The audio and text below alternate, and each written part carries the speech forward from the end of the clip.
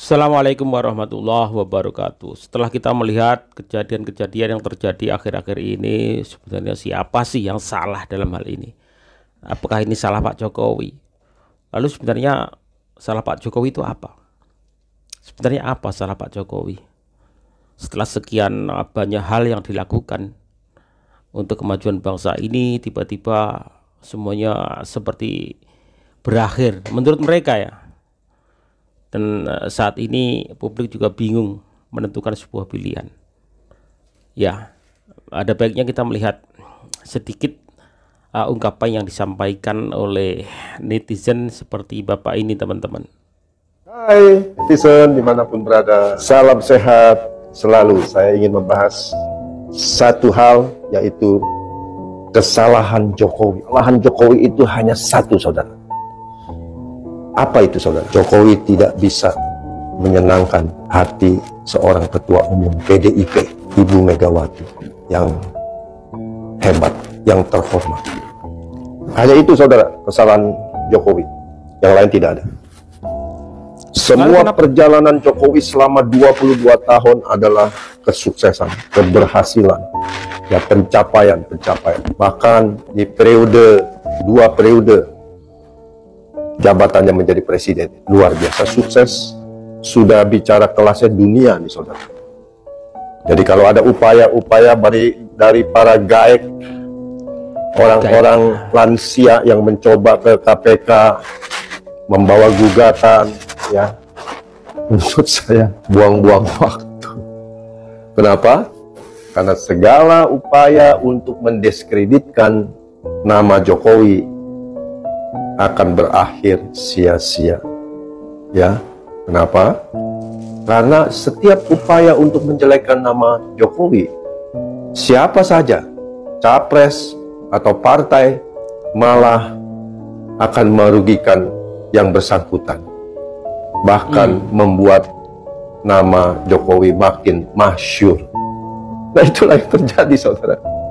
Ya, itu. Jadi sudahlah, nggak usah mencoba menjelekkan, ya. Kenapa? Karena fakta berbicara seperti itu. Jokowi adalah panutan, ya. Approving rate Jokowi itu 90%, saudara. Ya.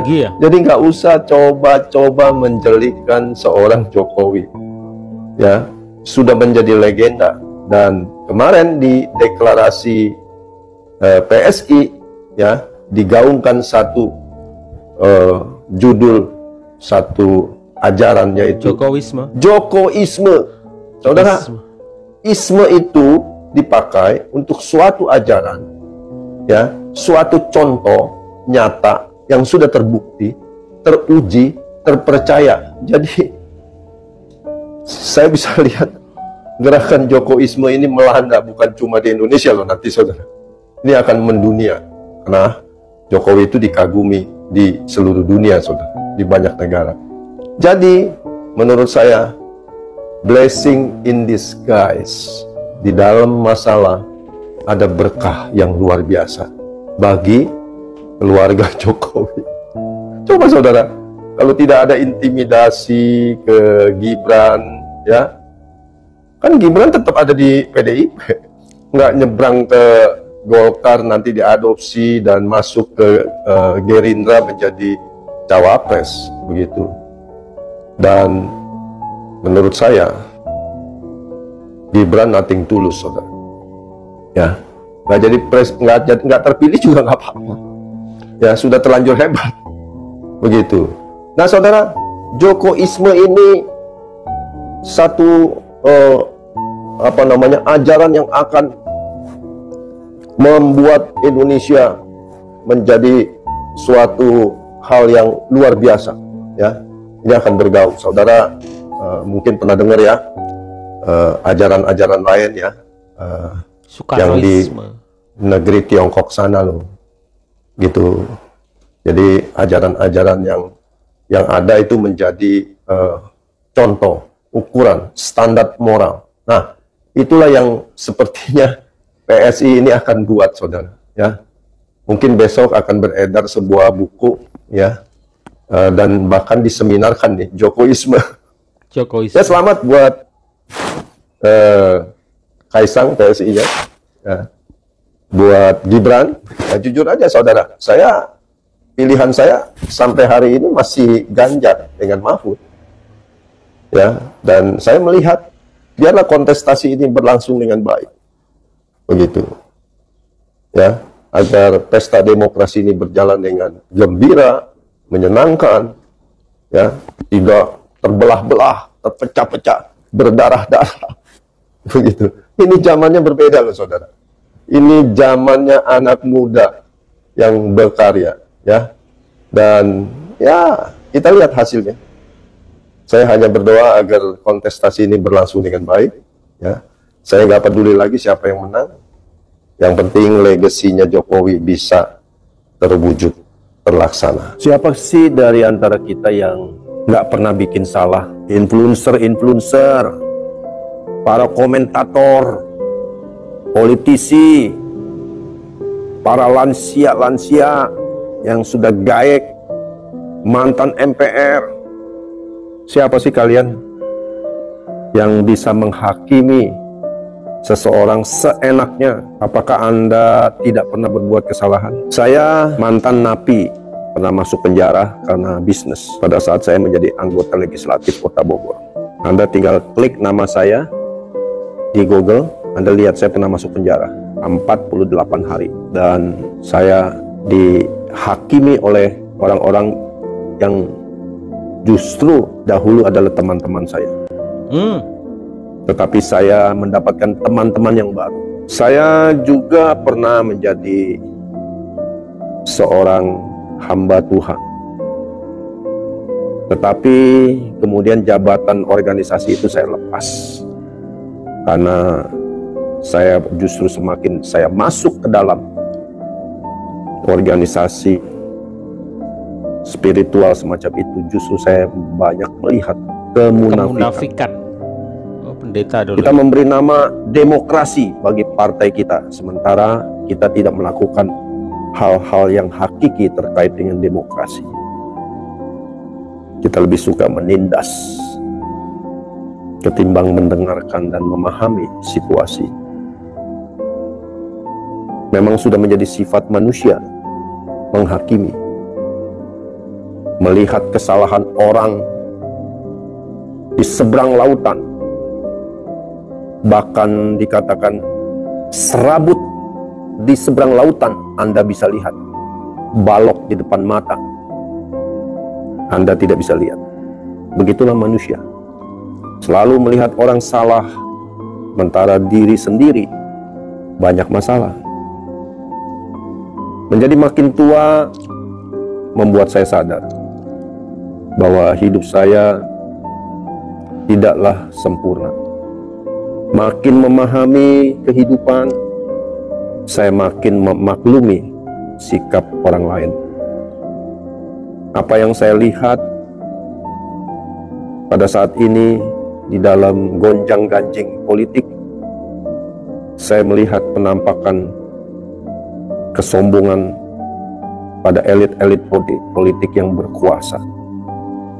Di dalam pembicaraan dengan teman, apakah itu politisi, bekas menteri, para aktivis, mereka mengatakan memang kalau politisi kelamaan berkuasa, partai politik kelamaan berkuasa, bisa jadi aneh kelihatannya. Saya sering mengatakan kesombongan mendahului kejatuhan. Sebelum seseorang jatuh, dia menjadi sombong dulu. Begitu yang saya pelajari di dalam kehidupan. Jadi cobalah, saya menghimbau para lansia usia yang di atas 60 bahkan 70, cobalah berubah menjadi makin bijaksana. Saya melihat perubahan pada sikap seorang Prabowo Subianto. Tiba-tiba saya melihat dia menjadi, kok jadi lebih kalem ya. Omongannya menjadi makin enak didengar. Apalagi ketika didampingi oleh seorang Gibran Raka Bumi Raka, maka seorang Prabowo menjadi lebih menarik. Saudara,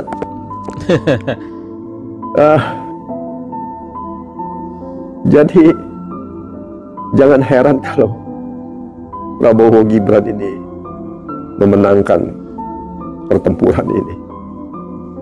Sementara gambaran Jokowisme melatar belakangi Prabowo dan Gibran.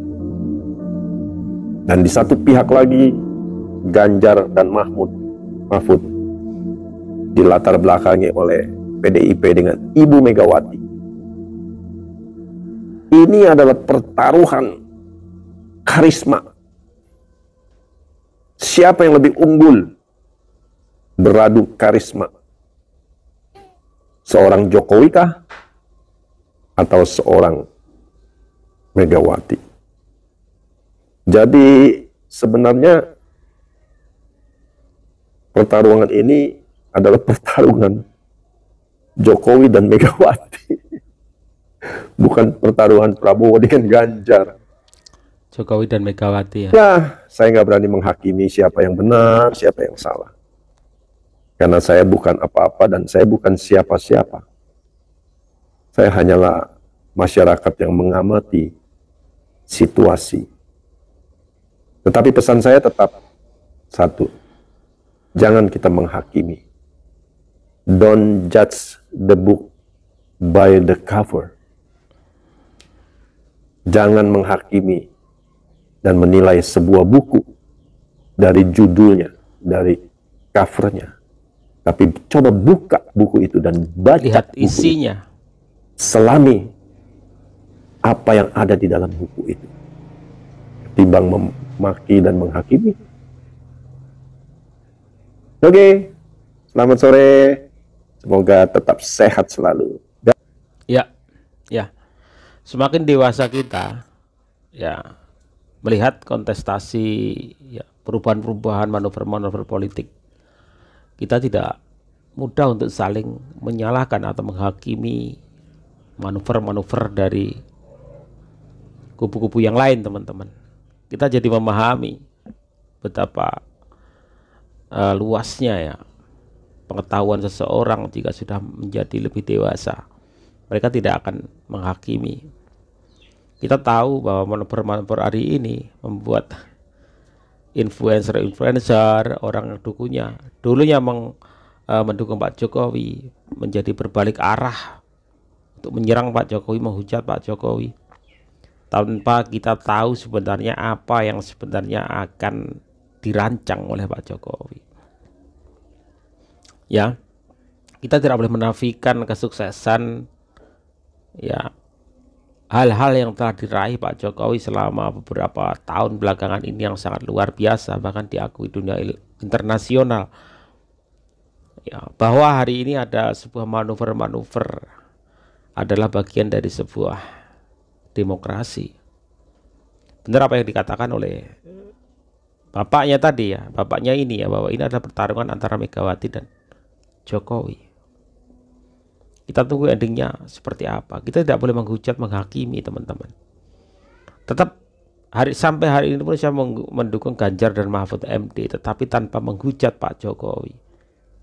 Ya, tanpa menghujat Pak Jokowi. Tetap mendukung Gama, tetapi tanpa menghujat Pak Jokowi.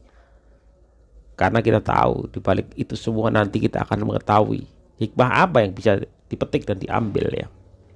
Apalagi ini teman-teman, melihat dari Pak Prabowo, jadi saya ingat satu statement Pak Prabowo yang sempat dikatakan dulu, teman-teman. Jadi terngiang-ngiang sampai sekarang. Kenapa kok saya cenderung nggak begitu ke arah Pak Prabowo? Karena ada suatu kata-kata yang menurut saya sangat sampai sekarang masih terngiang-ngiang dengan perkataan Pak Prabowo ya. Nanti kita lihat sama-sama ya. God bless you, all the best. Dan korupsi, saya kira kita pelajari. Dan begini, ini kan demokrasi Pak, kita umumkan aja ke rakyat. Kalau rakyat tidak mau milih ya nggak akan dipilih. Kan begitu. Stop it. Get some help. Mungkin korupsinya juga nggak seberapa. Mungkin korupsinya juga nggak seberapa. No! Please, no! No! No! Entah kenapa kata-kata Pak Prabowo ini pada saat dulu menjalankan presiden berdampingan dengan Sandiaga Uno, kata-kata ini begitu terngiang-ngiang di telinga saya. Beliau mengindikasikan bahwa walaupun sedikit nggak apa-apa, korupsinya cuma seberapa, sedikit. Yang namanya sedikit juga korupsi, Pak. Jadi merasa itu sebagai sebuah bentuk toleransi terhadap korupsi. Ya cuma sedikit.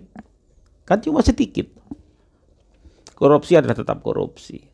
Saya tidak ingin hal ini juga terjadi ketika beliau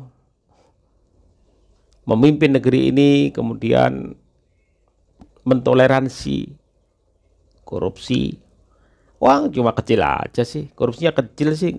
Cuma sedikit. Itu bukan pelajaran yang bagus sebenarnya. Biaya politik yang tinggi. Ini yang terbaru. Apakah itu artinya Bapak relatif aman karena toh duit Bapak banyak padahal sudah nyapres 3 kali? Mbak Nana, saya sudah jadi pengusaha 20 tahun lebih, ya. Dan kalau Anda mengerti bisnis, ada perbedaan antara aset yang dinilai, ya, tanah aset dinilai, ada nilainya, dan cash, uang yang bisa dipakai. Aset saya kalau dipelajari banyak aset, tapi juga yang tidak bersifat cash. Bahkan banyak aset saya, pabrik saya yang mandek karena saya tidak dapat kredit, karena saya tidak berkuasa 20 tahun. Ya, ini beliau ulangi lagi ketika berbincang dengan Najwa Shihab. Berarti harus berkuasa. Kekuasaan itu, dengan kekuasaan bisa melakukan apapun. Ya, ini dulu aja ketika beliau berkata seperti itu tentang korupsi, ya korupsi cuma sedikit, masih ada toleransi lah menurut beliau ya. Ini ditambah lagi dengan kata-kata seperti ini, jadi membuat double ya. Mbak, Biaya politik yang tinggi. Apakah itu artinya Bapak Assalamualaikum warahmatullahi wabarakatuh. Waalaikumsalam warahmatullahi wabarakatuh. Orang seperti inikah yang akan kamu jadikan pemimpin? Dalam diskusi dengan Najwa Shihab, dia juga keceplosan ngomong. Pabrik-pabriknya banyak yang mandek, ya, karena tidak boleh kredit atau apapun yang dia katakan itu ada di video stick yang saya stick ini. Coba sampean cermati, karena kata Prabowo, karena saya tidak berkuasa. Jadi orang ini cocokkah untuk pemimpin negeri ini, untuk berkuasa di negeri ini? Dia tidak ingin menjadi pengabdi rakyat. Dia tidak ingin mengabdi menjadi sebagai pengabdi rakyat. Tapi dia ingin berkuasa terhadap negeri ini beserta rakyatnya. Itu yang saya tangkap. Kalau salah, ya silakan benarkan. Yang jelas, kalau saya, secara pribadi, saya nggak mau pemimpin seperti yang ingin menguasai. Dari kata kuasa kan, saya ingin minta mandat dari rakyat untuk berkuasa.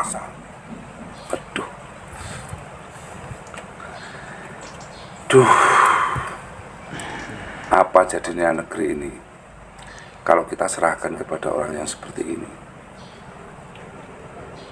Dan yang saya sayangkan juga, pemikiran-pemikiran berkuasa itu nanti bisa menjadi virus masuk di pikiran Gibran. Karena Gibran mau nggak mau, benar atau tidak, dia juga ingin berguru kepada Prabowo kan. Sedangkan Prabowo ambisinya ingin berkuasa, bukan pengabdi rakyat. Jadi pasangan seperti ini kah yang Anda akan junjung, dukung, bela? Kalau saya lebih baik Ganjar. Yang orangnya nggak terlalu berapi-api untuk berkuasa,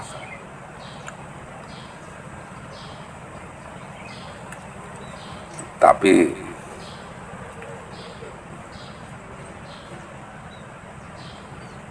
bisa menjadi pengabdi rakyat. Mahfud MD orang yang tidak bisa diragukan lagi dedikasinya untuk Indonesia. Pengalamannya segudang, pengalamannya banyak, bahkan terhadap hukum. Dalam kasus apapun, berani, lantang, dan semoga di era Ganjar Pranowo dan Mahfud MD ini nanti undang-undang penyitaan aset para koruptor disahkan gitu ya, dan juga undang-undang yang mengesahkan koruptor hukum mati itu bisa terlaksana di era Ganjar Pranowo dan Mahfud MD. Ini doa saya. Amin, amin. Harapan saya. Kalau Gibran atau Prabowo, sejauh mana yang akan dilakukan oleh mereka berdua kalau sudah berkuasa? Ya, jadi jangan terlalu milih orang yang tua, ambisius, emosian. Nanti yang muda, kalau yang tuanya emosi, yang muda pasti cuma sendiko-dawu saja, karena merasa kalah umur, kalah pengalaman, kalah ambisius. Dia akan menunduk seperti ini, kayak kerbau dicocok hidungnya. Dan itu yang akan terjadi nanti kalau pemimpinnya seperti orang itu, orang yang ingin berkuasa. Wakilnya tidak ada apa-apanya. Coba pikir secara logika. Oke, salam waras, Ganjar Pranowo, Mahfud MD, menang. Ya, banteng metu kandang. Kalau banteng sudah metu kandang, apapun bisa kita terjang untuk menjadi pemenang. Yang penting tetap dalam koridor kesopanan. Menangkan Ganjar Pranowo, Mahfud MD, satu putaran. Assalamualaikum warahmatullahi wabarakatuh. Ya, ada berbagai alasan kenapa saya sendiri juga cenderung ke Pak Ganjar Pranowo ya. Mungkin kalian juga ada alasan sendiri kenapa ke Pak Ganjar, kenapa ke Pak Prabowo. Tentu kita punya alasan sendiri-sendiri, dan itu kita harus saling menghormati. Bagi saya, tetap ke Pak Ganjar Pranowo, tetapi tanpa menghujat, menghakimi Pak Joko Widodo. Itu yang terus-terus saya gaungkan, teman-teman ya. Kita tidak boleh menafikan luar biasa yang sudah diberikan beliau kepada negeri ini. Ya, tetap bagi saya tetap dukung Ganjar Pranowo karena banyak sekali alasan-alasan tidak semuanya bisa saya sampaikan. Terutama kata-kata Pak Prabowo yang terus saja terngiang-ngiang di telinga saya bertahun-tahun tentang debat Pilpres 2019 ya, kalau nggak salah itu bersama Sandiaga Uno, tentang ada toleransi terhadap korupsi, walaupun sedikit ya, korupsi sedikit diduga ya, saya nggak menjudge seperti itu. Mungkin saja Pak Prabowo hari ini berubah karena terlihat juga sedikit kalem ya, tapi ucapan beliau itu sangat terngiang-ngiang di telinga saya sampai hari ini, ditambah lagi dengan ketika berdiskusi dialog dengan Najwa Shihab yang tadi sudah ditampilkan, ditambah itu juga ya, jadi semakin kuat keinginan saya untuk tetap mendukung Gama tetapi tanpa menghujat dan menghakimi Pak Joko Widodo. Bagaimana kalian teman-teman? Apakah sama? Stop menghujat teman-teman. Terima kasih, salam cerdas, salam waras. Assalamualaikum warahmatullahi wabarakatuh.